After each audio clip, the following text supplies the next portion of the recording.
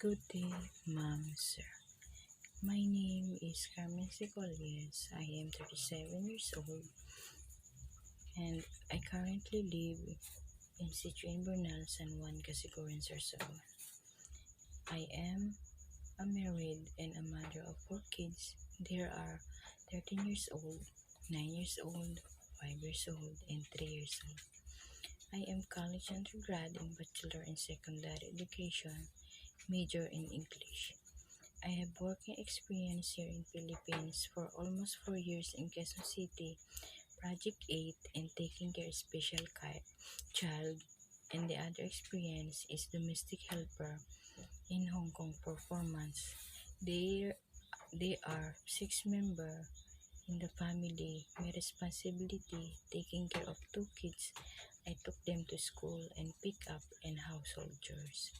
My special skills are laundering, ironing, washing clothes, marketing, can cook simple Chinese foods, taking care of children. I play them so that they are not bored.